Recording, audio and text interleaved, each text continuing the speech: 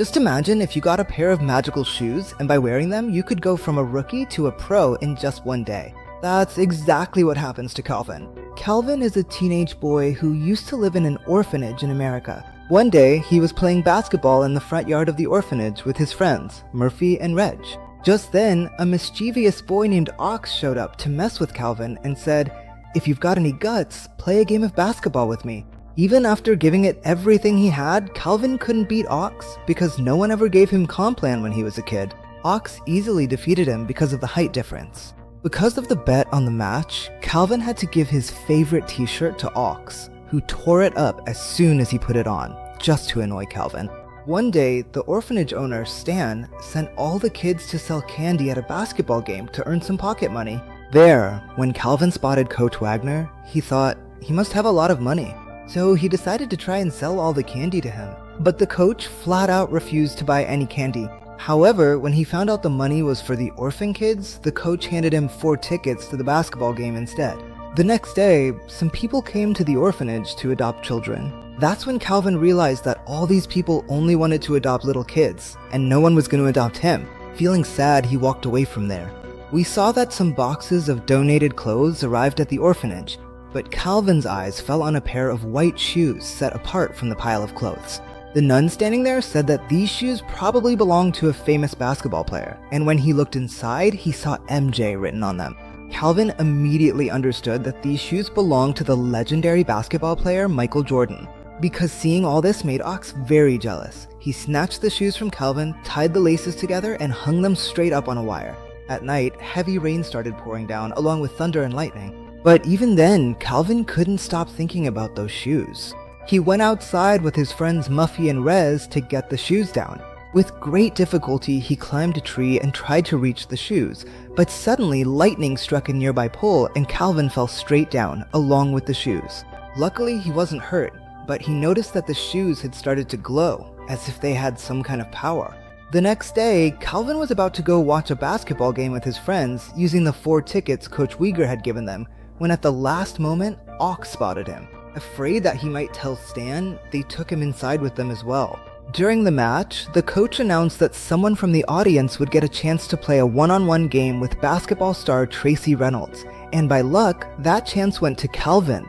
At first, Tracy thought Calvin was just a little kid and was letting him win, but then Calvin started sinking basket after basket, one after another. There really was something special about those shoes, because our Calvin was making 6-foot jumps. Everyone in the stadium was left stunned after seeing Calvin's talent.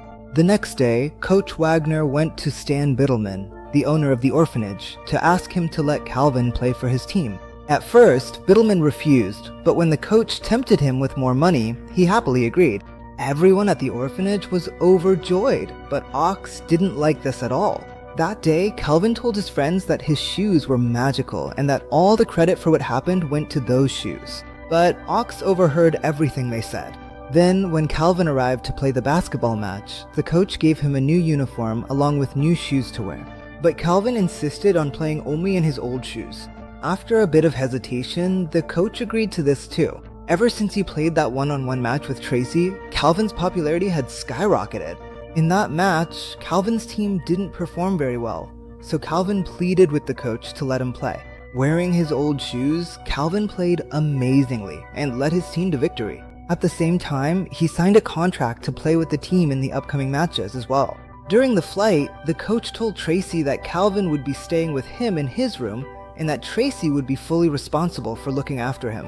While Calvin was very happy to hear that he would be staying with Tracy, Tracy wasn't too thrilled about the idea. He taught Calvin how to use room service and then went out on a date with his girlfriend. As soon as Calvin found out about room service, he took full advantage of it and ordered all his favorite things. When Tracy came back intending to spend some time with his girlfriend, he was stunned to see the state of the room. At night, because of Calvin's loud snoring, Tracy kept tossing and turning the whole night. The next day, before the match, Tracy's face still showed signs of sleepiness. The coach realized he hadn't slept properly and warned him that if he didn't get proper rest before the next game, he'd be suspended from the team. After that, Calvin played many matches with his team and kept scoring baskets one after another, leading his team to victory in every game. Wealth and fame were at his feet. With the money he earned, he bought gifts for everyone at the orphanage. At night in the orphanage, Kelvin was telling Murph stories about his basketball games. Hearing these, Ox became very jealous of him and suddenly tried to snatch Kelvin's shoes. Hearing their voices, Biddleman came over and scolded Ox harshly for bothering Kelvin. The night before the next match, Tracy went to the medical store to buy some medicine so he could get a good night's sleep. Kelvin also ended up tagging along with him by chance.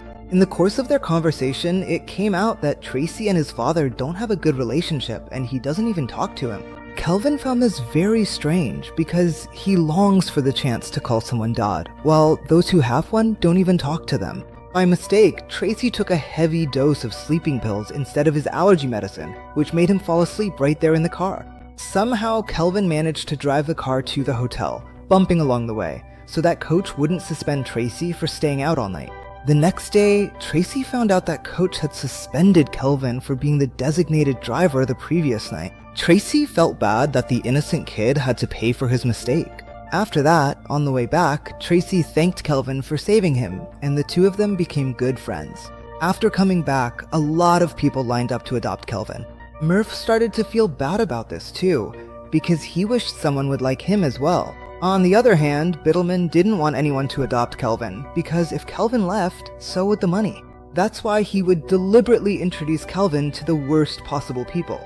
Kelvin didn't like any of them, so he decided to stay at the orphanage.